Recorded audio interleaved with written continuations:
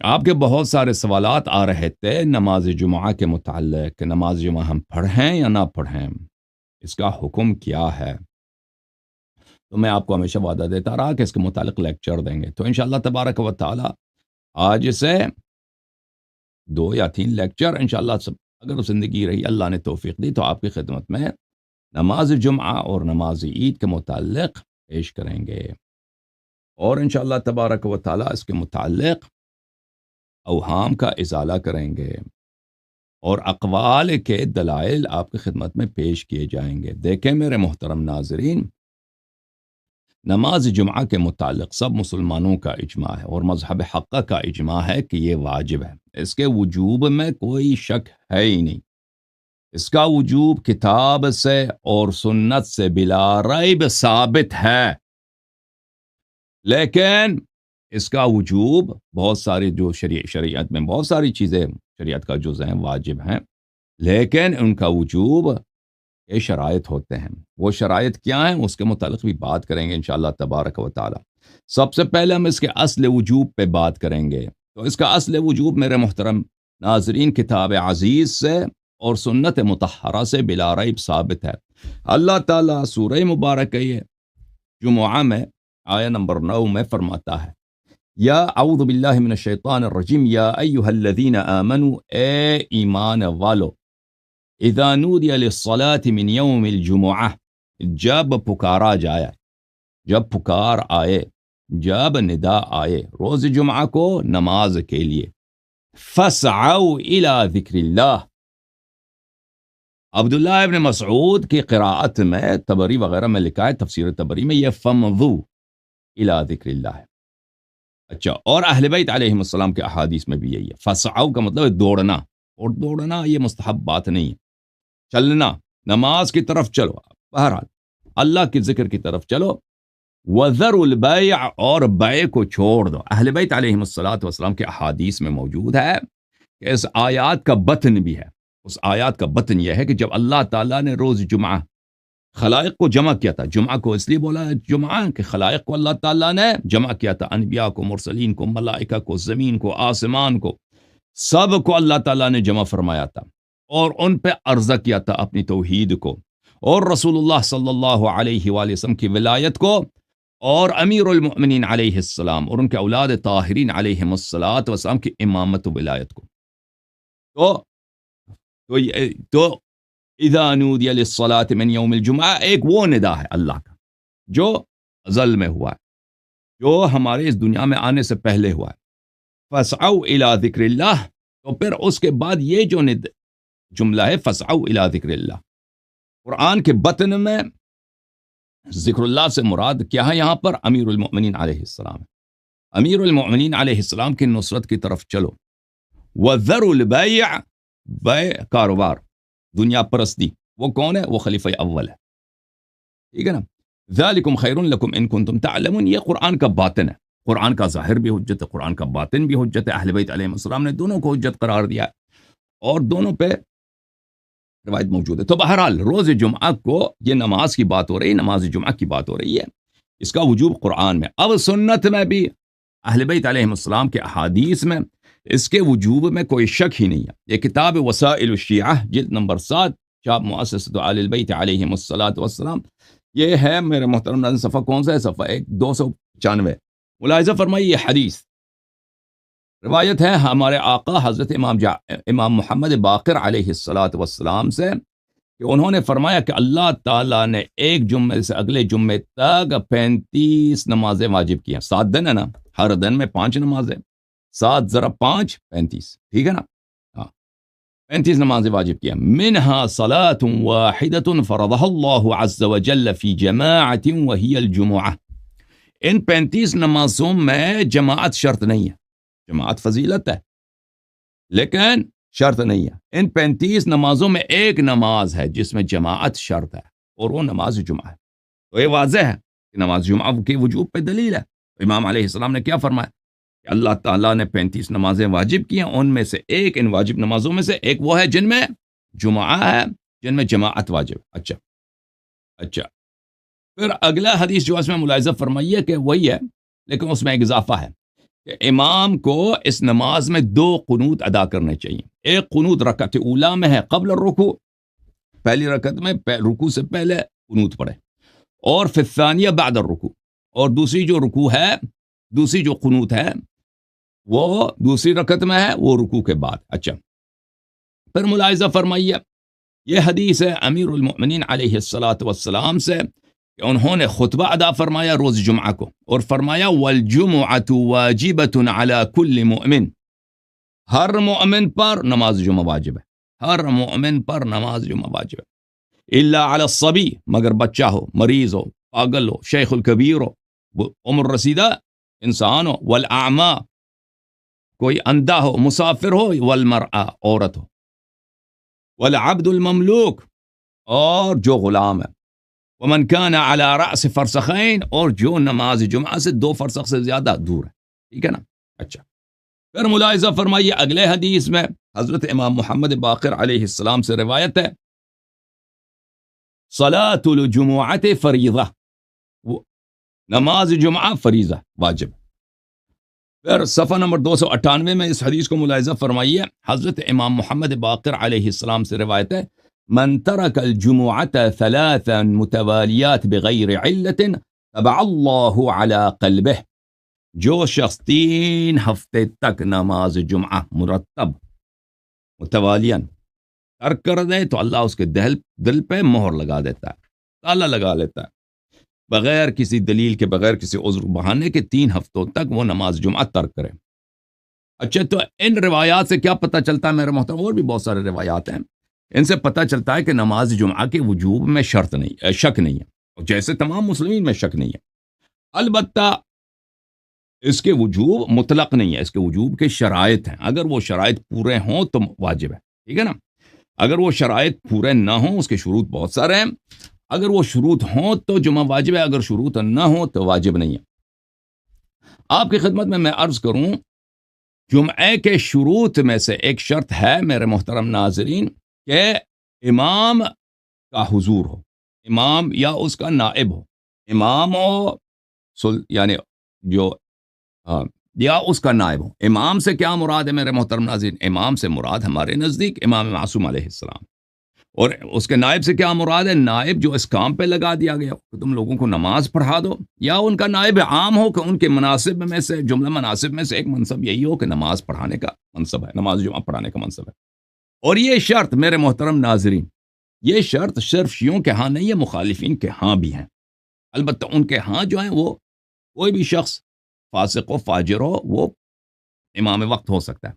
ان کے ہاں بھی، بالخصوص ابو حنیفہ کے ہاں، فقہ حنفی میں اس بات کی بڑی شدت سے تاکید ہے کہ نماز جمعہ کے شرط میں سلطان وقت یا اس کے نائب کا اذن ضروری ہے. دوسرے جو ہیں مثلا احمد بن حنبل ہے، اس سے بھی یہ قول مروی ہے. مالکیہ کے ہاں بھی کچھ اس طرح ہے. اس کا مخالف، جو کٹر مخالف ہے اس شرط کا، وہ کون ہے؟ شافعی ہے. بقیہ کے ہاں سب سے کٹر جو موافق ہے اس شرط کا ابو حنیفہ ہے. ابو حنیفہ کے بعد احمد سے بھی یہ مروی ہے، مالک سے بھی یہ مروی ہے. البتہ شافعی اس بات کو نہیں مانتا. اب میں پہلے اس شرط کو جماعت مخالفین کے کتب سے دکھا دیتا ہوں، پھر آتے ہیں انشاءاللہ تبارک و تعالی شیعہ مذہب میں، کہ شیعہ مذہب میں کون سے اقوال پائے جاتے ہیں اور کون سا قول صحیح ہے، ادلہ کس قول کی تائید فرماتے ہیں، ادلہ کس قول کے ساتھ ہیں. میرے محترم ناظرین ملاحظہ فرمائیے، یہ کتاب ہے شرح التجرید للقدوری، قدوری صاحب کی کتاب ہے التجرید. یہ فقہ احناف کی ایک بہت ہی مفصل کتاب ہے. قدوری صاحب جو ہے احناف کے فقہا اور مجتہدین میں سے ہیں، اور ان کی وفات ہے سنہ 428. یہ مجلد نمبر 2 ہے، چاپ دارالسلام ہے، سنہ 2004 میں یہ کتاب چھپی ہے. ملاحظہ فرمائیے یہاں پر صفحہ نمبر 965 جلد نمبر 2، قدوری صاحب فرماتے ہیں، کہتے ہیں کہ جمعہ اور ظہر دو ایک نماز نہیں ہے بھائی، صلاتان مختلفتان، جمعہ جو ہے اور نماز ہے، نماز ظہر اور ہے. بدلالتی ان الجمعۃ تحتاج الى شرائط لا يفتقر الظہر الیہا. بہت واضح ہے کہ جمعہ کے بہت سارے شرائط ہیں جو ظہر کے یہ شرائط نہیں ہیں. ظہر کے یہ شرائط نہیں ہے. ظہر کو آپ لازم نہیں ہے کہ جماعت کے ساتھ پڑھیں, فرادہ پڑھ سکتے ہیں. جماعت کے بغیر ہوتا ہی نہیں ہے, اور بھی شرائط ہیں. اچھا, وہی جو شرائط جمعے کے ہیں وہ کیا ہیں؟ المکان والامام والعدد والوقت والخطبۃ والسلطان. سلطان سے کیا مراد لیتے ہیں عزیزو؟ سلطان سے یہ مراد لیتے ہیں خلیفہ وقت, حاکم وقت. خلیفہ وقت, حاکم وقت. اب جو ہے اس کی شرح میں دوسرے کتب سے بات زیادہ واضح ہو جائے گی. یہ کتاب المبسوط لشمس السرخسی, جلد نمبر 2, چاپ دار المعرفہ, اور یہ احناف کی بہت ہی مفصل کتاب ہے فقہ میں. 28-29 جلدوں پہ کتاب ہے. ایک جلد اس کا اصول فقہ ہے, باقی سب فقہ پر ہے. یہاں پر شمس سرخسی صاحب صفحہ نمبر 25 میں فرماتے ہیں والسلطان من شرائط الجمعۃ عندنا, بادشاہ وقت کی اجازت اور اس کا اذن ہمارے ہاں شرائط نماز جمعہ, اس کے بغیر نماز واجب ہی نہیں ہے, نماز ہوتی ہی نہیں ہے. ٹھیک ہے نا؟ خلافاً للشافعی, شافعی کے خلاف. شافعی کہتا ہے یہ شرط نہیں ہے, ہم اس کے مخالف ہیں شرط. وقاسه بأداء سائر المكتوبات فالسلطان والرعیت فی ذلك سوا. شافعی نے قیاس کیا ہے اس کا, شافعی نے قیاس کیا ہے اس کا بقیہ نمازوں سے. جیسے نماز فجر, نماز ظہر. نماز فجر میں, نماز ظہر میں بادشاہ کی اجازت ہے؟ بادشاہ کی اجازت نہیں, بادشاہ وقت کی اجازت نہیں ہے, ضرورت نہیں ہے. آپ جب بھی پڑھو یا جماعت کرو, بادشاہ وقت کی ضرورت ہی نہیں ہے. ٹھیک ہے نا؟ شافعی نے قیاس کیا. اچھا, ولنا, وہ فرماتے ہیں کہ نہیں, شافعی غلط کہتے ہیں. ہمارے پاس دلیل ہے, ما روینا من حدیث جابر رضی اللہ عنہ وله امام جائر او عادل فقد شرط رسول اللہ صلی اللہ علیہ وآلہ وسلم الامام. جابر کے حدیث میں کہ اس کے لیے جمعے کے لیے شرط کیا ہے؟ امام ہونا چاہیے, چاہے وہ عادل ہے یا جائر. پھر ایک اور بھی ان کے پاس حدیث ہے کہ اربع الى الولاة منها الجمعہ, وفی الاثر حدیث میں کہ 4 چیزیں والی کا حق ہے, حاکم وقت کا حق ہے, اس میں سے کیا ہے؟ جمعہ ہے. جمعہ وہ کرا دے, دوسروں کا حق نہیں ہے. اگر دوسرا کوئی کراتا ہے اس کی اجازت کے بغیر کرتا ہے تو امام وقت کا, حاکم وقت کا کیا ہے؟ اس میں وہ حق ضائع کر رہا ہوتا ہے. ٹھیک ہے نا بھائی؟ ہم کس لیے پیش کرتے ہیں آپ کی خدمت میں یہ باتیں؟ تاکہ پھر آپ کو وہ تانا نہ دے کہ بھائی آپ لوگ نماز نہیں پڑھتے نا, نماز نہیں پڑھتے. تو ان کے پاس جب کوئی حاکم وقت شرعی ہے ہی نہیں اس وقت, ان کا تو جمعہ تو ہوتا ہی نہیں نا. احناف کا جمعہ تو ہوتا ہی نہیں ہے. پھر اگلے صفحے میں, صفحہ نمبر 34 میں شمس سرخسی فرماتے ہیں قال رجل صلى الجمعة بالناس بغير إذن الإمام أو خليفته أو صاحب الشرط أو القاضي لم يجزئهم لما بينا أن السلطان شرط لإقامتها.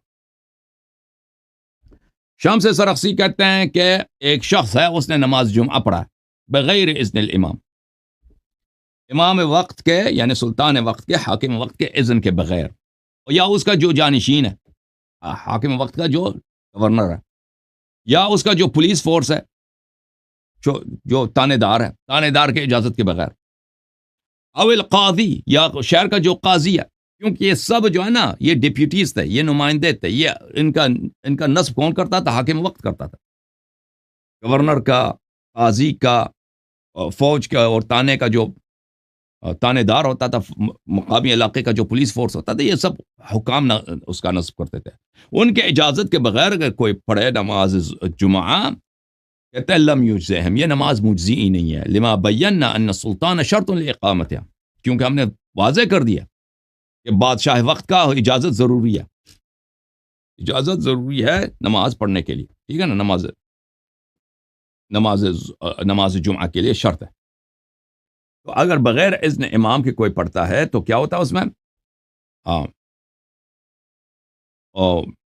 ابو حنیفہ کے نزدیک وہ مجزی نے, نماز غلط ہے, اس کو ظہر کا نماز پڑھنا چاہیے. کتاب بدائع الصنائع فی ترتیب الشرائع, تالیف ابو بکر ابن مسعود الکاسانی الحنفی, متوفی سنہ 587. یہ جز نمبر 2 ہے, دارالکتب العلمیہ بیروت میں کتاب چھپی ہے جناب, اور سنہ 2003 میں چھپی ہے. ملاحظہ فرمائی یہاں پہ صفحہ نمبر 186 میں ہے فصل فی بیان شرائط الجمعہ، نماز جمعہ کے شرائط میں. پھر صفحہ نمبر 188 میں اس شرط کا ذکر ہے وَأَمَّا الشَّرَائِطُ التي ترجع الى غیر المصلی، جو نماز گزار کے ہاتھ میں وہ شرائط نہیں ہے، نماز گزار کے ہاتھ میں نہیں ہے، وہ کیا ہے؟ ان میں سے فخمسۃ، اس میں سے ایک سلطان ہے، ایک بادشاہ وقت ہے. اچھا بادشاہ وقت ہے. اب صفحہ نمبر 192 میں سلطان کے متعلق وہ فرماتے ہیں وَأَمَّا السُّلْطَانُ فَشَرْطُ أَدَاءِ الْجُمُعَةِ عِنْدَنَا، بادشاہ کی رضا اور اس کا اذن نماز جمعہ کے جواز کا شرط ہے. ٹھیک ہے نا، اس کے بغیر نماز جمعہ ہوتا ہی نہیں ہے. حتی لا يجوز اقامتها بدون حضرته او حضرت نائب، نماز جمعہ کا اقامہ جائز ہی نہیں ہے، نہیں ہوتا، صحیح ہی نہیں ہے، مگر یہ کہ خود بادشاہ وقت ادھر آ جائے یا اس کا نائب ادھر آ کے رضا دے دے، کہہ دے تمہاری نماز صحیح ہے. صفحہ نمبر 190 میں وہ نقل کرتے ہیں ابو حنیفہ اور اس کے شاگرد ابو یوسف سے. ملاحظہ فرمائیے قال ابو حنیفہ و ابو یوسف تجوز اقامت الجمعة بها اذا كان المصلی بهم الجمعة هو الخلیفة. منا میں کیا نماز جمعہ پڑھ سکتے ہیں؟ کہتے ہیں جی ہم پڑھ سکتے ہیں اگر نماز پڑھانے والا خلیفہ وقت ہے یا امیر العراق ہے یا امیر الحجاز ہے یا امیر مکہ ہے، چاہے وہ وہاں پہ مقیم رہتے ہوں یا مسافر ہوں، اس سے فرق نہیں پڑتا، آپ پڑھ سکتے ہیں.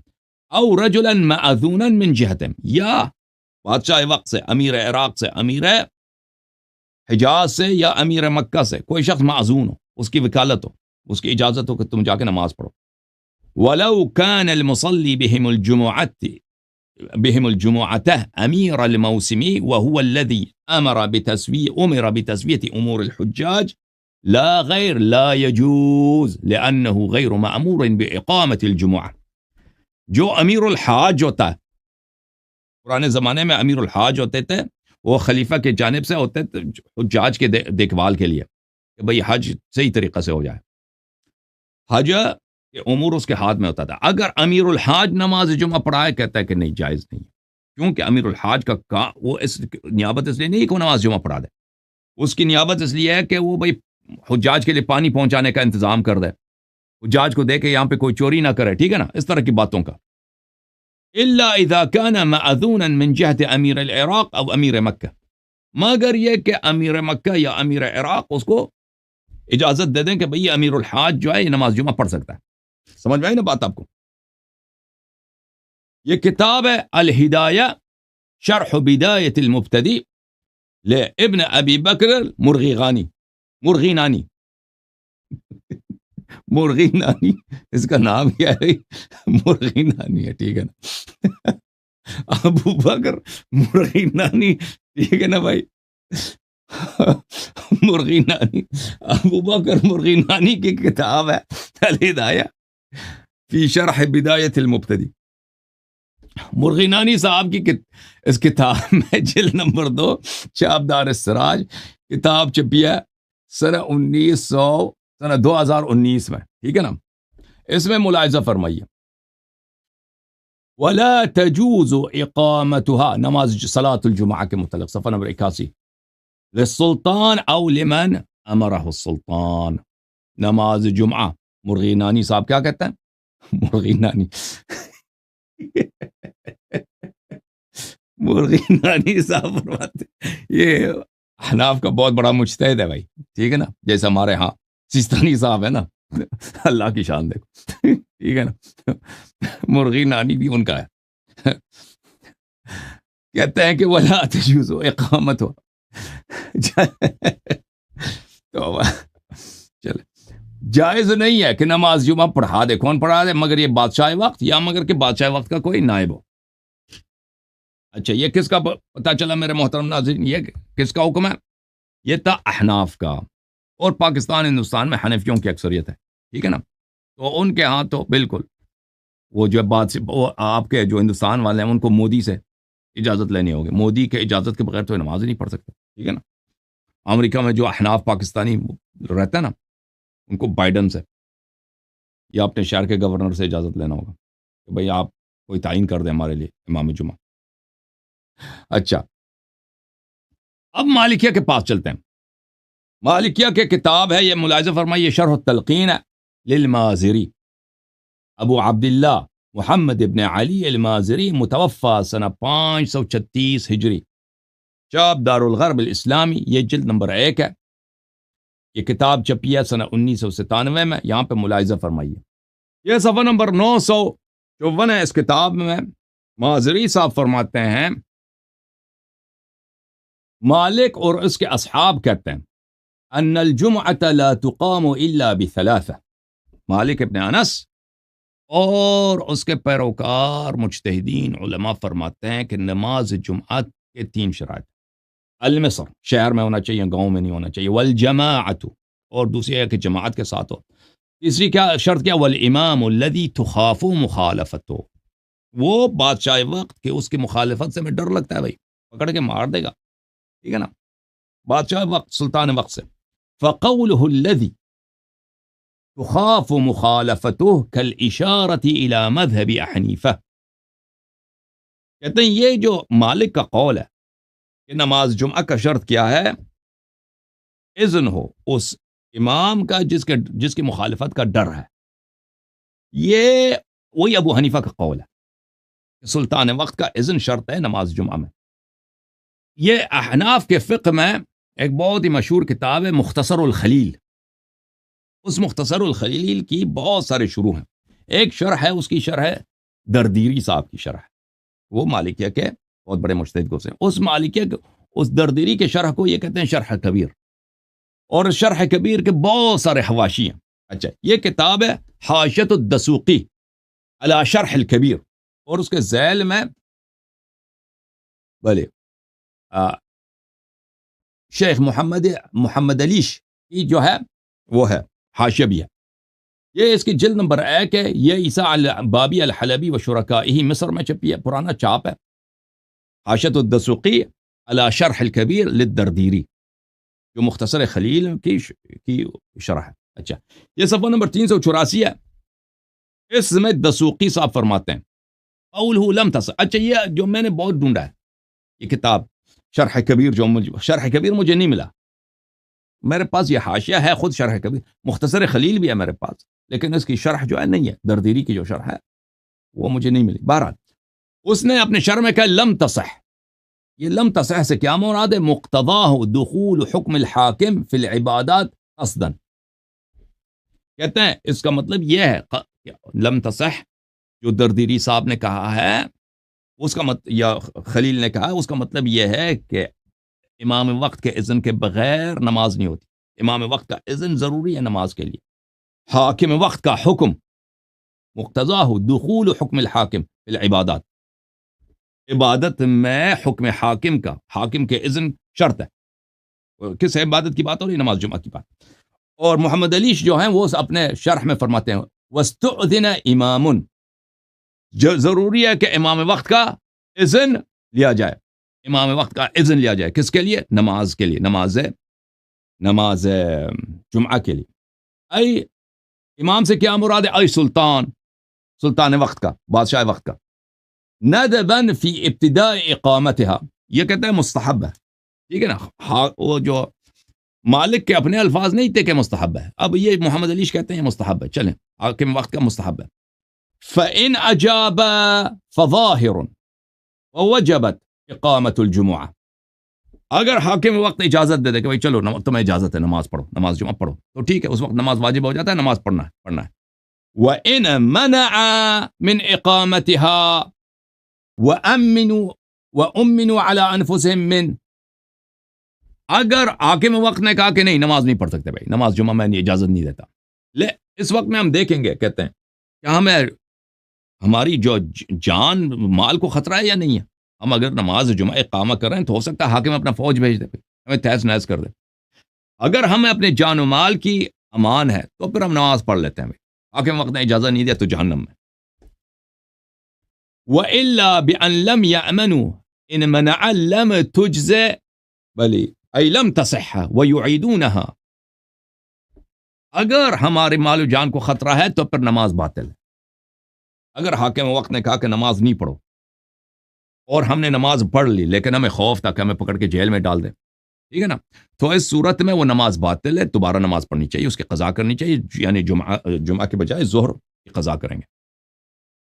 لأن امامت الامام لا تحل وما لا يحل لا يجزي. عجیب ہے بھائی, اس کا کہتا ہے امام کی مخالفت جائز نہیں ہے, اور جو چیز جائز نہیں ہے وہ مجزی نہیں ہے. تو بھائی اگر اس نے منع کیا تھا نا اور آپ کو خطرہ نہیں تو اس صورت میں تم نے کیوں کہا کہ وہ صورت میں تو مجزی ہے؟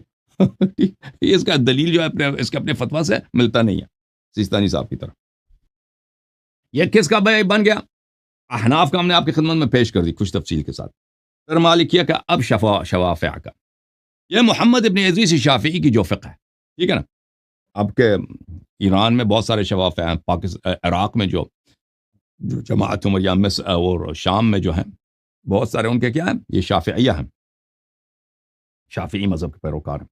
یہ کتاب الحاوی الکبیر فی فقہ الامام الشافعی وهو شرح المختصر المزنی تعلیف الماوردی البصری, چاپ دار الکتب العلمیہ الجزء الثانی. یہ کتاب چھپی ہے سن 1994 میں. اچھا, اس کتاب میں اللہ آپ کا بلا کرے میں آپ کو دکھاؤں, یہ صفحہ نمبر 446 ہے. قال الشافعی, شافعی نے کہا, والجمعة خلف كل امام صلاها من امیر ومأمور ومتغلب على بلد وغیر امیر جائزہ. کہتا ہے جمعہ آپ کسی بھی امام جماعت کے پیچھے پڑھ سکتے ہیں, چاہے وہ امیر وقت ہو یا اس کا نمائندہ ہو, اس کا ڈپیوٹی ہو, اس کا کارندہ ہو. ومتغلب على بلد, یا کسی بلد پہ کوئی فاتح شخص آیا, کسی نے زبردستی امیر وقت کو بگا کے وہاں پہ آ کے اس نے زبردستی قبضہ کیا. وغیر امیر, یا کوئی غیر امیر ہے, بھائی کوئی ضروری نہیں ہے, کسی بازار سے ہم نے اٹھا دیا کسی پرچون والے کو, نماز پڑھانا آتا ہے, کہتا ہے آتا ہے, چلو نماز پڑھا, وہ پڑھا رہا ہے, ٹھیک ہے نا. یا کوئی مولوی ایسے ہی مولوی ہے, اس کو کسی بادشاہ وقت نے حکم نہیں دیا, وہ پڑھا دے تو صحیح. وخلف عبد ومسافر, اور غلام کے پیچھے یا مسافر کے, ان سب کے پیچھے ہو سکتا ہے. کما تجزی الصلاۃ فی غیرہ, بس نماز جمعہ کا نماز ظہر کے ساتھ کوئی فرق ہے ہی نہیں بھائی. نماز مغرب کے ساتھ, جیسے نماز مغرب کسی بھی آدمی کے ساتھ تم پیچھے پڑھ سکتے ہو نا, کسی بھی شخص, اسی طرح نماز جمعہ بھی کسی کے پیچھے پڑھ سکتے ہو. یہ کس کا قول ہے؟ یہ شافعی کا. ماوردی اس کی شرح میں فرماتے ہیں, صلاۃ الجمعۃ لا تفتقر الى حضور السلطان ومن اداها من المسلمین بشرائطها انقطعت به. ماوردی کہتے ہیں, شافعی فرماتے ہیں کہ نماز جمعہ کے لیے بادشاہ وقت کی اجازت کی ضرورت نہیں ہے. مسلمان اگر یہ نماز بجا لائیں شرائط کے ساتھ تو نماز منعقد ہوتی ہے. وذهب ابو حنیفة الى ان الجمعة لا تنعقد الا بحضور السلطان او من ينوب عنه من قاضی او شرطی. ابو حنیفہ نے فرمایا کہ نہیں, نماز جمعہ کے لیے شرط ہے سلطان وقت, بادشاہ وقت کی اجازت, یہ خلیفہ وقت کی اجازت, یا اس کا نائب, ایک مثلا پولیس فورس کا جو اس کے فوج کا کوئی کارندہ ہو, یا کوئی قاضی اس نے معین کیا ہو, یا کوئی گورنر ہو. وبه قال الحسن, حسن بصری کا بھی یہ فرمان ہے. والاوزاعی, اوزاعی نے بھی یہی کہا, استدلالا بان رسول اللہ صلی اللہ علیہ وآلہ وسلم كان يقيمها بنفسه او بمن يوليه اقامتها من قبله. کہتے ہیں اس کا دلیل یہ ہے کہ رسول پاک صلی اللہ علیہ وسلم خود نماز پڑھاتے تھے, یا وہ نماز کے لیے نمائندہ اپنا تعین کرتے تھے, تم جا کے فلان شہر میں فلان قبیلے میں تمہارا کام ہے نماز جمعہ پڑھایا کرو. وبه جرى العمل في عهدي وعهد خلفائي, اور یہی طریقہ کار تھا رسول پاک صلی اللہ علیہ وسلم کے زمانے میں, ہر اپنے سے آپ کوئی نماز نہیں پڑھا سکتا تھا کہ میں نماز جمعہ پڑھاتا ہوں. وہ نبی صلی اللہ علیہ وسلم کا جو وکیل ہوتا تھا, کارندہ ہوتا تھا, وہ نماز پڑھاتا تھا. پھر خلفاء کے زمانے میں بھی یہی تھا. اچھا, اور ان لوگوں نے حدیث بھی نقل کیا نا کہ اربع لامام منها الجمعہ, 4 چیزیں ولی وقت کا, خلیفہ وقت کا حق ہے, اس میں سے اس کا حق کیا ہے؟ نماز جمعہ. یہ کتاب بحر المذہب فی فروع المذہب الشافعی, تعلیف الرویانی, متوفی سنہ 502. یہ جناب چھپی ہے سنہ 2009 میں, کتاب لبنان میں چھپی ہے. یہاں پہ صفحہ نمبر 407 میں محمد ابن ادریس شافعی کے فقہ کے متعلق, والجمعۃ خلف کل امام, جمعہ ہر امام کے پیچھے آپ جمعہ پڑھ سکتے ہیں. کسی کو پکڑ کے آگے کر دو بھائی, ٹھیک ہے نا, چلو پڑھا دو, ٹھیک ہے, کسی کو بھی آگے کر دے, وہ کوئی بھی ہے, فاسق ہے, فاجر ہے, وہ لواط دیتا ہے، جو بھی اسے فرق پڑتا ہی نہیں، اس سے کوئی فرق ہی نہیں. وہذا کما قال، ماوردی صاحب کہتے ہیں بالکل صحیح کہہ رہا ہیں. صلاۃ الجمعہ لا تفتقر الى الامام ولا الى اذنه، صلاۃ جمعہ جو ہے اس کا کوئی ضروری نہیں ہے کہ ہم امام وقت کا اذن لے لیں. ٹھیک ہے نا. اچھا، ابھی تک ہم نے کس کا اقوال پیش کیا؟ ابو حنیفہ کا قول پیش کیا آپ کی خدمت میں، اللہ بلا کرے. مالکیہ کا قول پیش کیا، شوافیہ کا. اب حنابلہ کا قول. یہ کتاب ہے میرے محترم ناظرین، مسائل احمد بن حنبل بروایت ابنہ عن العلل ومعرفۃ الرجال، احمد بن حنبل کی. اچھا، چاپ کہاں کیا بھائی؟ المکتب الاسلامی، یہ جلد نمبر 2 ہے، سنہ 1988 میں چھپی ہے، ریاض عاصمت الارہاب میں چھپی ہے. یہ صفحہ نمبر 520 ہے. سمعت ابی، احمد دا پتر کہندا ہے، احمد بن حنبل کا بیٹا عبداللہ ابن احمد کہتا ہے، میرے والد صاحب فرماتے تھے الجمعہ اذا كانوا 40 رجلا جمعوا باذن السلطان، جب 40 آدمی اکٹھے ہو جائے نا، 40 آدمی، تو پھر جمع ہوتی ہے. اور لیکن اس کے لیے کس کی اجازت ہوتی ہے؟ باذن السلطان، بادشاہ وقت کی اذن کی ضرورت ہوتی ہے. بادشاہ وقت کی کیا اذن کی ضرورت ہے. ٹھیک ہے. احمد نے بھی اذن امام وقت کا شرط رکھا. یہ کتاب ہے الجامع لعلوم احمد، الجلد نمبر 6، المجلد السادس، چاپ دار الفلاح، کتاب 2009 میں چھپی ہے. صفحہ نمبر 470 میں اسی بات کو احمد کے بیٹے سے نقل کرتے ہیں کہ احمد کے بیٹے کہتے ہیں کہ میرے والد کہتے تھے جمعہ کے متعلق، اذا كانوا 40 رجلا اجتمعوا باذن السلطان، اس کی شرط یہ ہے کہ 40 آدمی ہوں، 40 سے کم ہو تو نماز جمعہ نہیں ہے. اور پھر کیا شرط ہے؟ باذن السلطان، سلطان وقت ان سے جمعہ کرا دے اور جمعہ کی اجازت دے. اور پھر احمد کے اپنے الفاظ ہیں اس کے کتاب اصول السنہ میں، یہ کتاب شرح اصول السنہ، اور اس میں جو متن ہے وہ متن احمد کی ہے، شیخ عبداللہ ابن عبد الرحمن الجبرین کی ہے. سنہ کس سال میں چھپی ہے جناب؟ یہ 1420 میں چھپی ہے. اچھا، ریاض میں. یہاں پہ صفحہ نمبر 95 میں کہتے ہیں والسمع والطاعة للأئمة وأمير المؤمنين والبر والفاجر ومن ولي الخلافة ومن عليهم بالسيف حتى صار خلیفہ. کہتا ہے کہ ہمارا کام کیا ہے؟ سارا کام ہی کیا، سمع و طاعت و خلیفہ وقت کے لیے، چاہے وہ فاجر ہے کوئی پرواہ نہیں، فاسق ہے پرواہ نہیں، شرابی ہے کوئی بات نہیں، کراتا ہے کوئی بات نہیں، کرتا ہے کوئی بات نہیں، کوئی سب چلتا ہے جی. سب احمد کا کیا فتویٰ ہے؟ سب چلتا ہے. احمد کہتا ہے سب چلتا ہے. ٹھیک ہے نا. فاجر، فاسق، حتیٰ کہ وہ شخص جو آ کے لوگوں کو قتل کر کے ذبح کر کے امیر وقت بنتا ہے، بادشاہ، وہ اس کا بھی طاعت واجب ہے، چاہے وہ کتنا ہی فاسق ہی کیوں نہ. پھر یہ کہتے ہیں اس کے حقوق کیا ہیں؟ اس کے حاکم وقت کے حقوق، وہی فاجر فاسق کے حقوق گنتے آتا ہے. وصلاۃ الجمعۃ خلفہ، نماز جمعہ اس کے پیچھے، حاکم وقت کے پیچھے پڑھنا ہے.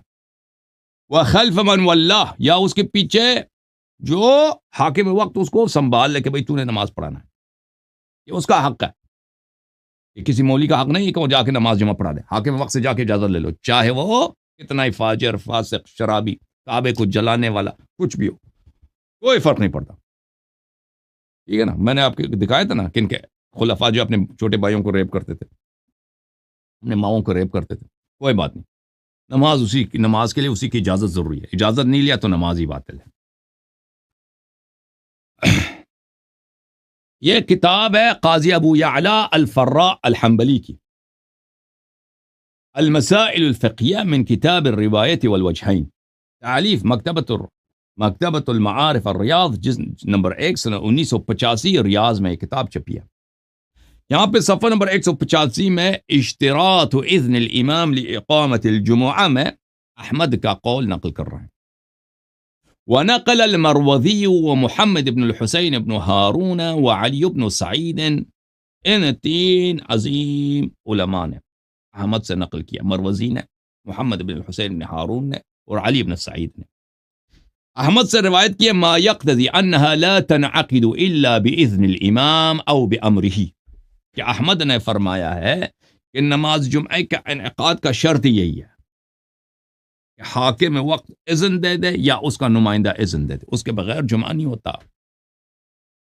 سمجھ میں آئی نا بات آپ کو؟ لأنه لا يصح لكل أحد إقامتها على الانفراد. یہ تو کوئی کہتا ہے یہ نماز ظہر کی طرح نہیں، نماز فجر کی نہیں کہ جو بھی آگے آ کے نماز پڑھا دے. اس کے لیے ضروری ہے کہ حاکم وقت کی اجازت ہو. فوجب ان يكون من شرطها اذن السلطان. اس واجب ہے کہ نماز جمعہ کے انعقاد اور اس کی صحت کی شرط کیا ہے؟ اذن سلطان ہے، سلطان وقت کا اذن ہے. ٹھیک ہے نا عزیز؟ اب ہم نے آپ کی خدمت میں کیا پیش کیا؟ آپ کو یاد رہا نہیں رہا؟ ٹھیک ہے نا. آپ لوگوں کو تو کیا چاہیے؟ آپ لوگوں کو انٹرٹینمنٹ چاہیے. ہمارے ناظرین کو ان کو کام نہیں ہے کہ ہم دلیل پہ دلیل کیا کہتا ہے، قرآن سنت میں کیا لکھا ہے. ہمارے ناظرین جو بالکل ان کا حق بنتا ہے کہ وہ سیستانی صاحب سے ہی فرماتے ہیں، کہتے ہیں ان کو دلیل تو سمجھ آتی ہی نہیں، ہمارا قول ہی ان پہ حجت ہو جائے. ٹھیک ہے. ناظرین یوٹیوب والے ناظرین کو کیا ہے؟ یوٹیوب والے ناظرین کو وہ کہتے ہیں نہیں ہمیں انٹرٹینمنٹ چاہیے بھائی. وہ گالی گلم گلوچ والی جو وہ مناظرات ہیں وہ ہمیں مزہ آتا ہے. یہ جو لیکچر آپ دیتے ہیں اس میں آپ دلیل بیان کرتے ہیں، اس سے ہمارا کیا کہا؟ سانو سمجھ ہی نہیں آتی ہے جی، دلچسپی ہی نہیں ہے. کسی مولوی کو لے کے آؤ نا ادھر، اس کے ساتھ چیخو چلاؤ، یا کسی ذاکر کو. یہی کہتے ہیں نا آپ، نہیں ہم آپ سے مذاق کر رہے ہیں، نہیں آپ کو سمجھ آ رہی ہے بھائی، آ رہی. جس کو سمجھ نہیں آ رہی وہ اس لیے نہیں سمجھ، وہ سن نہیں رہا، اس کو دلچسپی نہیں. جس کو دلچسپی ہے اس کو سمجھ آ جاتا ہے. ٹھیک ہے نا بھائی؟ کبھی کبھار مذاق بھی کرتے ہیں ہم آپ سے. اچھا، اب ہم نے مذاہب مخالفین کے اقوال آپ کی خدمت میں پیش کر دیے. ٹھیک ہے نا؟ کہ نماز جمعہ ایسے ہی واجب نہیں ہے، اس کے وجوب کی شرائط ہے بھائی، شرائط ہیں. ٹھیک ہے نا؟ ٹھیک ہے نا؟ شرط ہوگا تو نماز جمعہ ہے، اس کا وجوب ہے. شرط نہیں ہے تو مشروط بھی نہیں ہے، نماز جمعہ بھی نہیں. ٹھیک ہے نا؟ اس کا وجوب نہیں. سمجھ میں آئی نا بات آپ کو؟ یہ مختلف مذاہب کے اقوال میں نے آپ کی خدمت میں پیش کیے. اب مذہب شیعہ کے میں کیا اس کا ہے کیا ہے؟ مذہب شیعہ میں عزیزو اس میں 3 اقوال ہیں. ٹھیک ہے نا؟ ایک قول کیا ہے؟ ایک قول یہ ہے کہ یہ واجب ہے، یہ واجب عینی ہے. امام کی یا حاکم وقت کی کوئی اجازت کی ضروری نہیں ہے. یہ بہت ایک شاذ قول ہے، نادر قول ہے. ٹھیک ہے نا؟ کہتے ہیں وہی 5 آدمی اگر اکٹھے ہو جائیں آپ کے شہر میں، ایک شخص ہے جو اس کو نماز آتا ہے، وہ خطبہ بھی دے سکتا ہے، تو نماز واجب ہے بھائی. 5 آدمی آ جائیں نا تو نماز ہو سکتا ہے. اگر 7 جمع ہو جائے تو نماز واجب ہے، 5 جمع ہو جائے تو نماز جائز ہے، 7 جمع ہو جائے تو نماز واجب ہو جاتا ہے. بس ایک آدمی ہو کہ وہ اس کو نماز پڑھنا آتا ہو، اور وہ خطبہ بھی کہ خطبہ میں کیا ہے بھائی؟ اتقوا اللہ. خطبے کا شرط کیا ہے؟ بسم اللہ الرحمن الرحیم، قل واللہ احد، ایک سورہ پڑھے پھر کہہ دے اتقوا اللہ، یہی کافی ہے. خطبہ یہی مجزی ہے، تقوی کا حکم دے. یہ تو ہر ایک کو آتا ہے. ٹھیک ہے نا؟ قل واللہ احد اور تقوی کا حکم یہ کس کو نہیں آتا بھائی؟ ٹھیک ہے نا؟ پھر نماز پڑھا دے. نماز میں کیا؟ وہ نماز فجری کی طرح تو ہے، بس اس میں 2 قنوت مستحب ہے. لیکن یہ قول بڑا ہی نادر ہے. یعنی اس یہ کیا کہتا ہے؟ ایک کتاب واجب ہے، واجب عینی ہے. یہ شرائط اگر پیدا ہو جائے نا، یہ واجب بن جاتا ہے فرد پہ کہ نماز جمعہ اٹینڈ کرے، نماز جمعہ پڑھے، اور اس میں سلطان وقت کی کوئی اجازت نہیں. دوسرا قول کیا ہے بھئی؟ دوسرا قول یہ ہے کہ نہیں، یہ دیکھیں بھائی، یہ اس میں غیبت کا کوئی تصور نہیں ہے. ٹھیک ہے نا؟ یعنی اقوال میں یہ نہیں کہ عصر غیبت میں ایسا عصر حضور میں، یہ لوگوں نے بنا دیا. یا عوام جو پپیز ٹائپ کے جو مولوی ہوتے ہیں نا، معافی پپیز کا لفظ نہیں کرنا چاہیے، بارہ عوام میں مشہور کر دی کہ عصر غیبت میں ایسا. وہ غیبت اور غیر غیبت کی بات نہیں ہے. دوسرا جو قول ہے، چاہے عصر حضور ہو چاہے عصر غیبت ہو، وہ ہے کہ نماز جمعہ کے لیے جائز ہے. جائز ہے کہ اگر کسی شخص کو امام علیہ السلام نے واجب اپنا نمائندہ معین نہیں بھی کیا ہے، تو اگر یہ 5 آدمی آ جائے نا کہ اس میں سے ایک آدمی ایسا ہے کہ وہ نماز پڑھا سکتا ہے، تو ان کے لیے جائز ہے کہ بھئی نماز کیا نماز ظہر کے بجائے روز جمعہ کو کیا کریں؟ نماز جمعہ پڑھیں. اگر 7 آدمی ہیں تو بھی جائز ہے. ٹھیک ہے نا؟ یہ کیا کہتے ہیں؟ کہتے ہیں جواز ہے، جس کو واجب تخیری کہا جاتا ہے. ٹھیک ہے نا؟ مولیوں کے اصطلاح میں مشہور کرا دیا، یہ واجب تخیری ہے.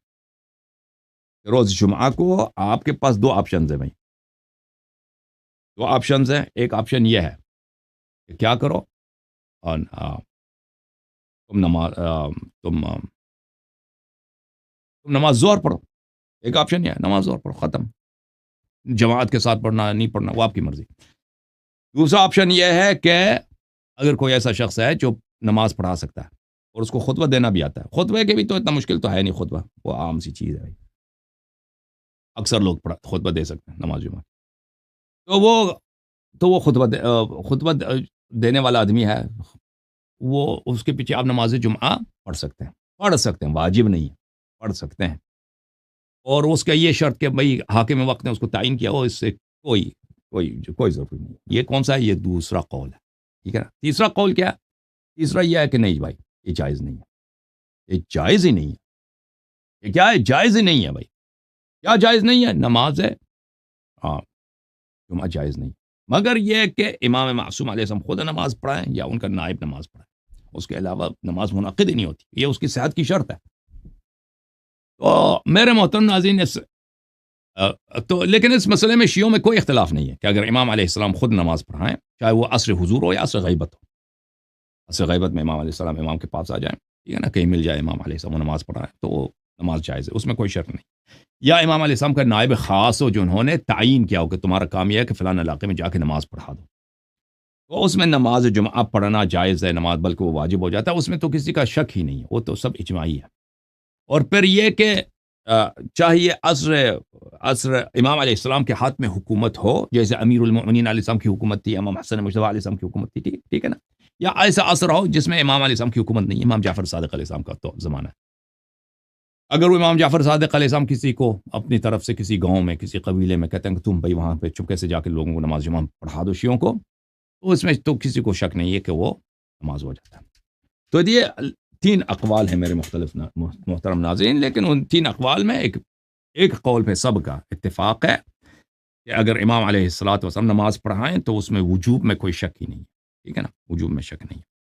لیکن اگر امام علیہ السلام چاہے عصر حضور ہے، مثلا امام علیہ السلام مدینے میں، یا عصر غیبت جب ہم اپنے زمانے میں رہتے ہیں، ٹھیک ہے نا، اس زمانے میں یا عصر امام علیہ السلام میں، اس زمانے میں نماز جمعہ کا کیا کام ہے؟ ایک ہے کہ امام علیہ السلام کی اذن کی ضرورت نہیں ہے، کوئی بھی شخص نماز جماعت پڑھ سکتا، جو نماز ظہر پڑھا سکتا ہے کوئی نماز جمعہ بھی پڑھا سکتا ہے، اس کے اس فرق کے ساتھ کہ اگر اس کو خطبہ دینا آتا ہے 5 منٹ کی تقریر کر سکتا ہے، ٹھیک ہے نا. وہ نماز ظہر اگر پڑھا سکتا ہے اس کے ساتھ 5 منٹ کی تقریر کر سکتا ہے، تو وہ نماز ظہر پر نماز جمعہ صورت میں کیا واجب ہے، واجب عینی ہے، فرق نہیں کرتا غیبت یا عصر حضور، اس میں فرق ہی نہیں ہے. یہ پہلا قول شاذ نادر. دوسرا قول یہ ہے کہ واجب تخیری ہے بھائی، چاہے عصر حضور امام علیہ السلام یا عصر غیبت، فرق نہیں کرتا، فرق بالکل نہیں کرتا، ٹھیک ہے نا. اگر ہمارے پاس ایک ایسا آدمی ہے، روز جمعے کا دن آیا ہے، ٹھیک ہے نا، ایک آدمی ہے جو 5 منٹ کا خطبہ دے سکتا ہے، نماز بھی پڑھا سکتا ہے، تو ہمارے لیے جائز ہے، واجب نہیں ہے، جائز ہے کہ ہم اس کے پیچھے کیا کریں، کیا کہ نماز جمعہ پڑھیں بھائی، بشرط یہ کہ 5-6 آدمی ہوں، 7 آدمی ہوں، ٹھیک ہے نا. تیسرا قول یہ ہے کہ یہ حرام ہے، چاہے عصر حضور ہے چاہے عصر غیبت ہے، مگر یہ کہ امام علیہ السلام خود پڑھا دیں یا آپ نماز پڑھانے کے لیے کسی کو تعین کر دیں، ٹھیک ہے نا. تو یہ 3 اقوال ہیں. اچھا، یہ 3 اقوال کو سمجھنے کے لیے دیکھیں، اقوال سے تو کوئی فرق نہیں ہوتا نا. اقوال کا کیا ہے؟ اقوال کی کوئی ویلیو ہے؟ فتووں کی کوئی ویلیو نہیں، اصل ویلیو ہے احادیث کی، اصل ویلیو ہے ادلہ کی، ٹھیک ہے نا، اصل ویلیو ہے قرآن و سنت کی. حجت تو وہ ہے. مولوی تو سارا دن یہ تو بہت کچھ کہتے ہیں نا، مولویوں کا کیا. یہاں پر میرے محترم ناظرین، اگر آپ ان لوگوں میں سے ہیں کہ آپ کہتے ہیں کہ ہمیں سمجھ ہی نہیں آتی جی، ٹھیک ہے نا، ہمیں جو سمجھ ہی نہیں آتی جی، ہم انڈین فلم سمجھ سکتے ہیں، ہم اخبار پڑھتے ہیں ہمیں سمجھ آ جاتی ہے، ہم یونیورسٹی جاتے ہیں کیلکولس پڑھتے ہیں، ٹھیک ہے نا، لینئر الجبرا پڑھتے ہیں، وہ سمجھ آ جاتی ہے، سائیکالوجی وہ یہ آدھی سمجھ نہیں، ہمیں سمجھ ہی نہیں، آپ جو بیان کر رہے ہیں تو تم لوگ یہاں سے نکل جاؤ بھائی. جو لوگوں نے اپنے پانتے پہ لکھا ہے کہ ہمیں سمجھ نہیں آتی، ہم مقلد ہیں، تو تمہارے لیے یہ باتیں نہیں ہیں. یہ ان لوگوں کے لیے جو ویلیو دیتے ہیں، کہتے ہیں کہ ہم شیعہ ہیں کن کے، اہل بیت طاہرین علیہ السلام کے. ہم مجتہدین کے شیعہ نہیں ہیں، مجتہدین فاسق فاجر ہیں، ان کے فسق و فجور میں شک ہی نہیں ہے، ان کے بدعتی ہونے میں شک ہی نہیں ہے. جو یہ کہتا ہے کہ آپ حدیث کی اتباع نہ کریں کیونکہ آپ کو سمجھ آ ہی نہیں سکتی، وہ اللہ کے راستے کا قاطع الطریق ہے. قاطع الطریق اس کو یعنی چور ہے، ڈاکو ہے. ٹھیک ہے نا.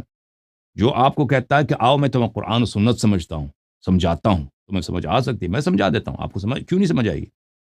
وہ اس شخص کے سامنے اگر سجدہ کرنا جائز ہوتا ہے، امام حسن عسکری علیہ السلام کی حدیث ہے، تو میں آپ کو حکم دیتا کہ اس کے سامنے تم سجدہ کرو. ٹھیک ہے نا. ان دونوں میں بڑا فرق ہے، مجتہد میں اور راوی حدیث میں. راوی حدیث رسول اللہ صلی اللہ علیہ وسلم کا جانشین، امام علیہ السلام کا خلیفہ اور نائب ہے تم پر. مجتہد ایک چور ہے، وہ ابو حنیفہ ہے، عمر بن الخطاب ہے. سمجھ میں آئی نا بات آپ کو؟ اصل چیز جو ہے احادیث ہے میرے محترم ناظرین، روایات فرمان معصوم کیا، ان کو سمجھنے کی آپ کو ضرورت ہے. لیکن شیعہ قوم کو ابو بکر عمر نے نہیں، ابو حنیفہ نے نہیں، ابن تیمیہ نے نہیں، شیعہ قوم کے علماء نے اہل بیت علیہم الصلوۃ والسلام کے سنن سے دور کیا ہے، محروم کیا ہے. ان بیچاروں کو دشمن بنا دیا ہے. میں تو حدیث کے اتباع گمراہ ہو جائیں گے، نہیں کر سکتے، نہیں کر سکتے. ہم رسول اللہ صلی اللہ علیہ وسلم کے فرامین کا کیسے کہ ہم تو گمراہ ہو جائیں گے؟ ذلیل. یہ ان لوگوں کا کام ہے جن کو تم ان کا احترام نہ کرو. ایسے لوگوں کا تمہارے مجتہدین احترام کے لائق نہیں ہیں، یہ توہین کے لائق ہیں، یہ بدعتی ہیں، یہ لعنت کے لائق ہیں، یہ اللہ اور رسول صلی اللہ علیہ وسلم کے دشمن ہیں. بہرحال میرے محترم ناظرین، ادلہ کی طرف آتے ہیں، ادلہ کی طرف آتے ہیں. ٹھیک ہے نا. بھائی میں صرف جماعت عمریہ کا میں نے کمر نہیں توڑا ہے، میں نے مجتہدین کا بھی کمر توڑ دیا، ولی فقی کا بھی میں نے کمر توڑ دیا، مرجعیت کا کمر میں نے توڑ دیا. سمجھ میں آئی نا بات؟ اور یہ بات نہیں کہہ سکتے تم کہ یہ مجتہدین کے جماعت عمریہ کے خلاف باتیں اچھا کرتا ہے، لیکن مجتہدین کے خلاف اس کو بات نہیں کرنی چاہیے. اور بھائی اسی طرح کے جماعت عمریہ میں کم از کم اتنی دم تو ہے نا، اتنی غیرت تو ہے کہ وہ آتے ہیں ابو بکر عمر کے اس مسلمان ہونے کا دفاع تو کرتے ہیں نا. تمہارے مولوی تو یہ بھی نہیں ہے نا، ان ذلیلوں کے پاس یہ بھی تو جرأت نہیں ہے. بھائی جس طرح ابو بکر عمر وہی فسق و فجور کہ کہتے ہیں یہ دین میں بدعت داخل کی اس لیے کافر ہے، وہ تمہارے مجتہدین پہ بھی لاگو ہے. وہی باؤ کا تجر و با لا تجر. اگر ابو بکر عمر کریں تو کفر ہے، اللہ کی شریعت کو چینج کریں، اور تمہارے مجتہدین کر دیں تو وہ ایمان ہے. تم جس دن آؤ گے اپنے مجتہدین کا اسلام ثابت کرو گے نا، تو پھر ہم اس دن مجتہدین کی تعریف کرنا ہم بھی شروع کر دیں گے. تم پہلے ان کا اسلام آ جاؤ نا، ادھر بات کرتے ہیں نا اس کے فسق ان کے فسق و فجور. وہ خلاف نص جو فتویٰ دیتا ہے وہ مسلمان ہوتا ہے کافر ہوتا ہے. بہرحال میرے محترم ناظرین، اپنے شیعہ مولیوں کو تم بولو نا. شیعہ مولی کیا ہوتے ہیں؟ زامبی ہوتے ہیں. شیعہ مولی یعنی زامبی، عقل وقل کچھ بھی نہیں ہے، برین واشڈ. ان کا ٹیپ ریکارڈر ہے نا. وہ ہمارے زمانے میں اب تو کیا ہے، سی ڈیز وغیرہ، ڈی وی ڈیز ہے نا، یا یو ایس بی میں لوگ آڈیو ویڈیو فائل اپلوڈ کرتے ہیں. پہلے کیا ہوتا تھا، وہ ٹیپ ریکارڈر ہوتے تھے نا، فیتے ہوتے تھے، کیسٹ ہوتے تھے. وہ کیسٹ یہ آپ کے مولوی کیسٹ ریکارڈ ہے، پری ریکارڈڈ کیسٹ ہے. ان کے پاس عقل وقل کچھ بھی نہیں ہے، عقل وقل کچھ بھی نہیں ہے ان کے پاس. ان کو جیسے ٹیپ ریکارڈر کو سمجھ نہیں آتی نا، تم اس کے ساتھ جتنا کہہ دو، ان کو بھی اسی طرح سمجھ نہیں آتی تمہارے شیعہ مولیوں کو. اور بھائی تم پہلے آ جاؤ نا، تقلید ثابت کرو، پھر ہم سے مطالبہ کرو کہ مجتہدین بدعتی نہیں ہے، ان کا احترام ہونا چاہیے. تم پہلے ثابت کرو ان کے جو فتوے خلاف نص ہیں. اگر ابو بکر عمر خلاف نص فتوے دیتے ہیں وہ کافر ہو جاتے ہیں، اور تمہارے مجتہدین کا کیا عدالت ہے؟ یہ جتنے مرضی خلاف نص کی مخالفت کریں، ان کے عدالت پہ کوئی خدشہ نہیں ہے. وہ ایک کتاب ہے حلوہ، نان و حلوہ، شیخ بہائی کی، اس میں ایک کہانی آپ کو سنا دوں. یہ کہ نا ایک کہانی آپ کو سنا، شیخ بہائی رحمۃ اللہ علیہ کی کتاب نان و حلوہ. وہاں پہ کہتے ہیں کہ ایک آدمی تھا، اس کا ایک پرچون کا دکان تھا بازار میں، ٹھیک ہے نا، اصفہان میں، جہاں بھی تھا یہ. اس کے سامنے وہاں پہ ایک اڈا تھا، اس کے سامنے والے دکان میں. وہاں پہ کوئی عورت جو تھی، بد کردار عورت، اس نے اپنا کیا بنا تھا، اس کا جو اردو میں کیا بولتے ہیں اس کو، جڑا بولتے ہیں، پتہ نہیں کیا بولتے ہیں. اس نے اپنے بدکارگی کے لیے اس نے بنایا تھا، اس کا بھی ایک دکان تھا سامنے والے.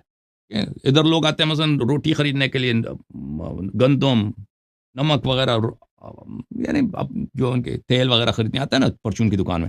اس سامنے والا اس نے کیا کھولا، اس عورت نے زنا کے لیے اپنا اڈا کھول دیا. اس کے بھی گاہک آتے ہیں. پرچون والا دیکھتا ہے کہ روزانہ یہ عورت آتی ہے نا، اس کا ہر ایک گاہک جب آ جاتا ہے اس کے ساتھ برا فیل کرتا ہے، اس کا پیسے لے لیتی ہے، گاہک چلا جاتا ہے، تو پھر یہ کڑی ہو کے 2 رکعت نماز پڑھ لیتی ہے کڑی ہو کے کیا کرتی ہے؟ 2 رکعت نماز پڑھ لیتی ہے، اللہ اکبر، وہ سجدے وغیرہ، پھر بیٹھ جاتی ہے، پھر گاہک آتی ہے، پھر اس کے ساتھ اندر چلی جاتی ہے، زنا ہو جاتا ہے، نستجیر باللہ، زنا کے بعد اپنے پیسے لے لیتی ہے، اور جب گاہک چلا جاتا ہے تو پھر یہ پھر کڑی ہو جاتی ہے، 2 رکعت، اللہ اکبر، 2 رکعت نماز، پھر گاہک آ جاتا ہے، پھر وہی سلسلہ، جب زنا کا فعل ختم، پیسے لے لیتی ہے تو پھر 2 رکعت نماز۔ تو ایک دن اس پرچون والے نے اس سے پوچھا کہ بھائی تو جو ہے نا، یہ تیرا کیسا نماز ہے؟ تو سارا دن تو تیرا یہ کام ہے، تو زنا کراتی ہے، اور بھائی تو جو ہے زنا کے بعد بغیر وضو، بغیر کسی کے تو آ کے تو 2 رکعت نماز پڑھتی ہے، یہ کیا طریقے کا؟ تو عورت نے کہا کہ بے وقوف، میں جب بھی آتی ہوں نا صبح ادھر اپنے دکان کھولنے سے پہلے میں 2 وضو بنا کے آ جاتی ہوں، وضو گھر سے بنا کے آ جاتی ہوں، پھر میرا وضو چلتا ہے رات تک، اسی کے ساتھ میں ہمیشہ 2 رکعت نماز، 2 رکعت نماز ہر فعل کے بعد، ہر گاہک کے بعد میں پڑھتی ہوں۔ پرچون والے نے کہا سبحان اللہ، یہ جو تیرا وضو ہے، یہ وضو نہیں، یہ سد سکندر ہے کہ تو جتنا زنا مرضی دے دے، اس سے تیری وضو کبھی ٹوٹتی نہیں، یہ وضو نہیں ہے، سد سکندر ہے۔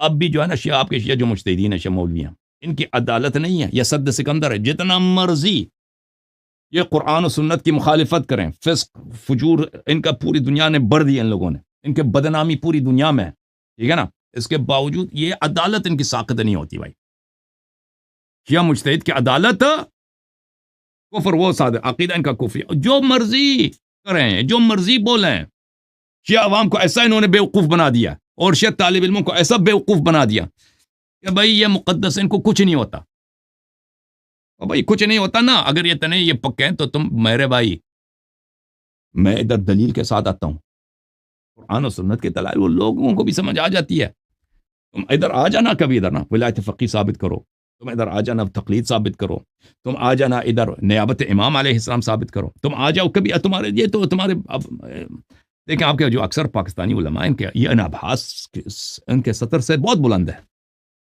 انابھاس یہ سمجھتے بھی نہیں ہے، یہ بیچارے ٹیپ ریکارڈر ہیں، تم اپنے مولویوں سے یہ توقع نہ کرو کہ آ کے بات کریں ہم سے، میں آپ کو بتا رہا ہوں کہ یہ آتے کیوں نہیں ہیں، اس لیے نہیں آتے کہ یہ ٹیپ ریکارڈر ہیں، ان میں ایک چیز ریکارڈ کر دی گئی، ایران نے ایک چیز ان میں ریکارڈ کر دی ہے بھائی، ٹھیک ہے نا، اب ٹیپ ریکارڈر کے ساتھ آپ گفتگو کر سکتے ہیں؟ نہیں کر سکتے، آپ ٹیپ ریکارڈر کے ساتھ جو بھی بات کر رہے ہیں وہی سے وہ بولے گا جو اس کو ریکارڈ ہو چکا ہے پہلے سے، اس کو سمجھ تو نہیں آتی نا، آپ کے مولوی افضلات ٹیپ ریکارڈر ہیں، اور یہ میری باتیں جو میں آپ کے عرض کر رہا ہوں کہ جماعت عمرے کے علماء آتے ہیں گفتگو کے لیے، جماعت عمرے کے علماء آتے ہیں گفتگو، وہ کوشش اپنا کرتے ہیں، میرا سلام ہے ان کو، سلام ہے ان کو، آتے ہیں گفتگو، آپ لوگوں کے علماء کہاں ہیں؟ شیعہ کے مولوی حضرات کہاں ہیں؟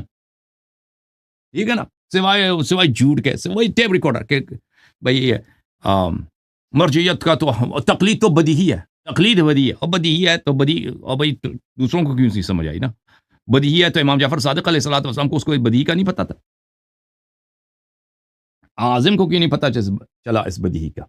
بہرحال میرے محترم ناظرین، اب آتے ہیں نماز، اصل نماز جمعہ کی طرف، ہم بات بہت دور چلی گئی، بہرحال ہمارا دروازہ کھلا ہے میرے محترم ناظرین، ہمیشہ عمریہ کے لیے بھی کھلا ہے، اور مبتدعہ شیعہ جو ہیں، بدعتی شیعہ جو ہیں، تقلیدی اصولین مجتہدین کے لیے بھی دروازہ کھلا ہے، ولایت فقی والے کے لیے، انقلاب والوں کے لیے، اجتہاد تقلید والوں کے لیے، فلسفہ اور تصوف والے شیعوں کے لیے، یہ بنام شیعہ ہیں، حقیقت میں یہ شیعہ نہیں ہیں، ان کے لیے دروازہ کھلا ہے، جب آ جائیں گفتگو کا دروازہ کھلا ہے، ٹھیک ہے نا، اگر یہ کہتے ہیں کہ ہمارے چینل پہ آ جاؤ، ہم نے اعلان کیا ہے بھائی، ہم ہر مخالف کے چینل پہ جانے کے لیے تیار ہیں، بشرط کہ وہ گفتگو براہ راست ہمارے چینل سے بھی نشر ہو، معذر ہیں، اب ہے کوئی مرد، اوکے لیکن اس کا مطلب یہ نہیں ہے کہ ہر پپی جو ہے نا وہ ہم ان سے مذاکرہ کرنے کے لیے تیار ہیں، یہ ہماری ہم آپ لوگوں کا، ہمارا بھی ایک سطح ہے، جو ہمارے سطح کا آدمی ہوگا لازمی بات ہے اس کو اور پروٹوکول ملے گا، جو ہمارے سطح سے نیچے ہے اس کو اور پروٹوکول کا ملے گا، بہرحال ہمارے سطح کا کوئی ہے بھی نہیں جماعت مجتہدین میں، یہ بھی آپ کو بتانا چاہیے، بتا دوں، اچھی بات ہے عزیزو، اصل موضوع پہ آتے ہیں، کس کی طرف آتے ہیں؟ احادیث کی طرف میرے محترم ناظرین. دیکھیں تو یہاں پہ 3 اقوال ہیں نماز جمعہ کے متعلق. ٹھیک ہے نا، اس میں سے کون سا قول صحیح ہے میرے محترم ناظرین؟ اس سے پہلے کہ ہم ان اقوال کے متعلق بات کریں، ایک اصطلاح کو آپ کے سامنے میں پیش کروں، اس کو واضح کر دوں، اور وہ ہے امام العادل. امام عادل سے کیا مراد ہے؟ ٹھیک ہے، احادیث میں ہمارے روایات میں امام عادل کا جو اصطلاح ہے اس سے مراد وہ نہیں ہے جو تو آپ لوگ سمجھتے ہو جو زور کی نماز پڑھا دے اور وہ عادل ہو، وہ مراد نہیں ہے.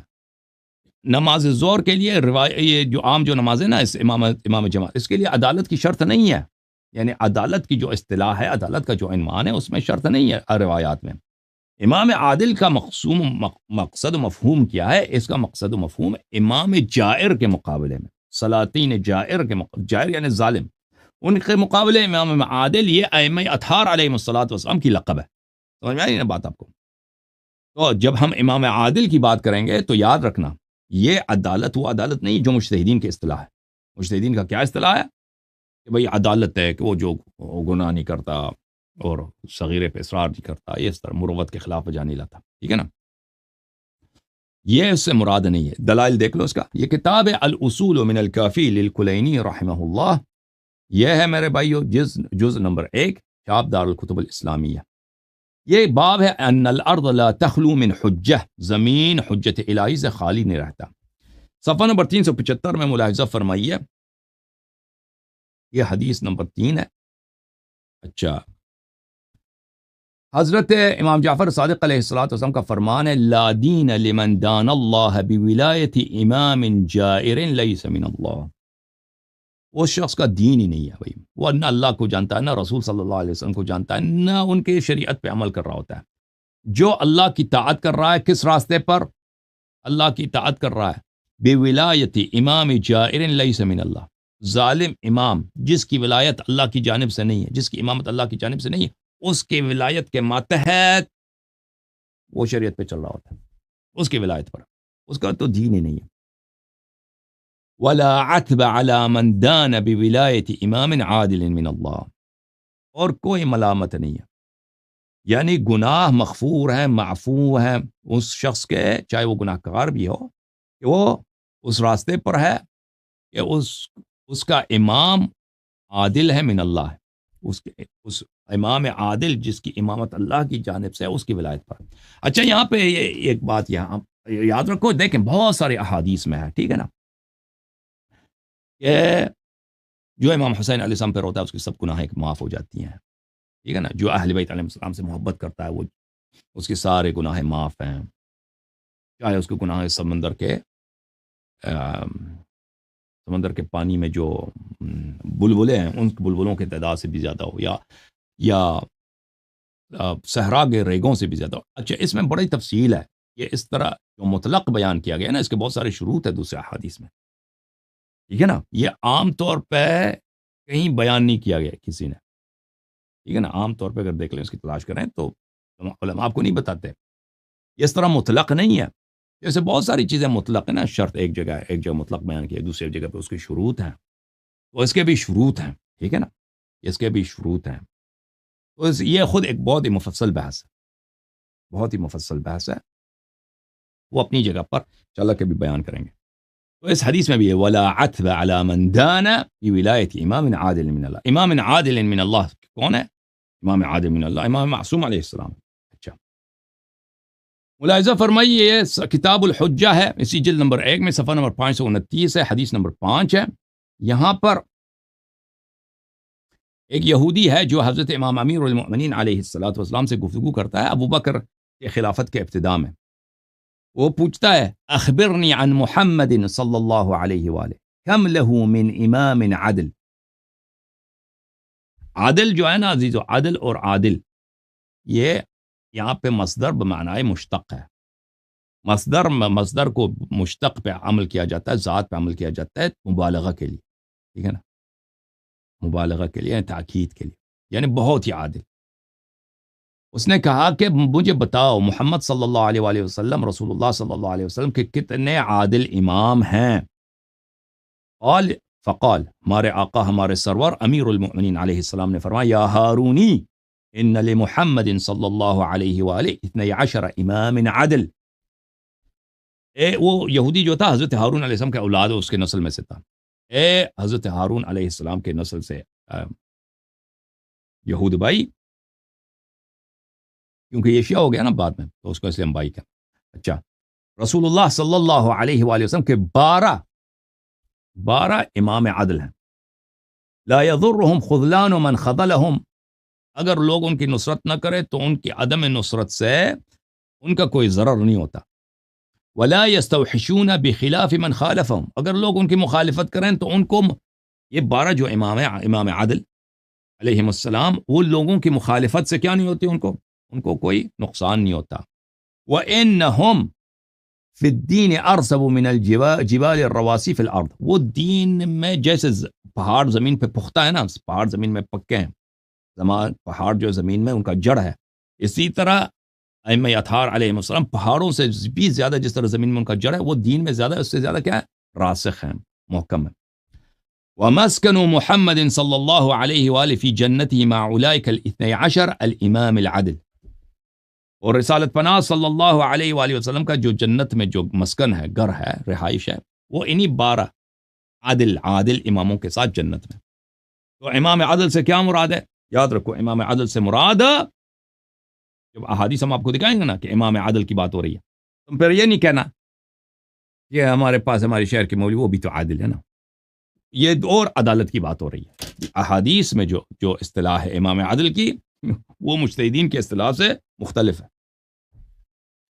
یہ کتاب بصائر الدرجات فی فضائل آل محمد علیہم السلام لشیخنا المحدث محمد بن الحسن بن فروخ الصفار القمی رحمہ اللہ، یہ ایک قم میں چھپی ہے کتاب. یہاں پہ ایک باب ہے صفحہ نمبر 32 میں،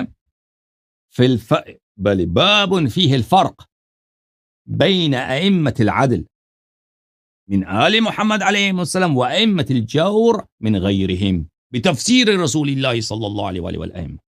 اس باب میں ہم فرق بیان کریں گے، فرماتے ہیں مصنف، ائمہ عدل کی. ائمہ عدل کون ہے؟ من آل محمد علیہ السلام، جو آل محمد علیہ السلام میں سے، اور ائمہ جور جو آل محمد علیہ السلام سے نہیں ہے. تفسیر بیان کریں گے احادیث کی روح سے، روایات کی روح سے. پھر اس میں سب یہی ہے، ائمہ اطہار علیہ السلام اور ظالم خلفاء کے فروق بتائے گئے، ٹھیک ہے نا. اس میں ایک حدیث ہے، ملاحظہ فرمائیے. امام جعفر صادق علیہ السلام نے فرمایا، لا يصلح الناس الا امام عادل و امام فاجر، لوگوں کے پاس ہوتا نہیں ہے مگر یا امام عادل یا امام فاجر.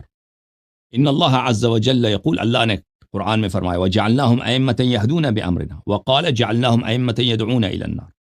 تو امام دیکھیں، امام جور کے مقابلے میں، کیونکہ ان کے خلفاء امام جائر ہیں، ائمہ جور ہیں، ہمارے ائمہ عدل ہیں. تو یہاں پہ جو عدالت مراد ہے وہ کون ہے؟ اس سے مراد عصمت ہے، ائمہ اطہار علیہم الصلوۃ والسلام ہے. یہ آج کل کے زمانے میں جو اصطلاح ہے اس سے بہت مختلف ہے. یہ صفحہ نمبر 286 میں بصائر الدرجات میں یہ حدیث ملاحظہ فرمائیے. راوی کہتے ہیں کہ ہم امام محمد باقر علیہ الصلوۃ والسلام کے ساتھ حج کے سفر میں تھے. وہ رمی جمرات کر رہے تھے، جو شیاطین کو پتھر مارتے ہیں نا، کنکر مارتے ہیں وہاں پہ. فاستتمها، انہوں نے پتھر مار دیے اپنے. ثم بقي في يده بعد 5 حصيات، پتھر ختم کرنے کے بعد ان کے ہاتھ میں 5 پتھر بچ گئے تھے، 5 کنکر ان کے ہاتھ میں تھے. فرما 2 في ناحية و3 في ناحية، تو حضرت امام محمد باقر علیہ الصلوۃ والسلام میں سے، ان میں سے 5 جو کنکر تھے، 2 ایک طرف مارے ہیں، 3 دوسری طرف مارے.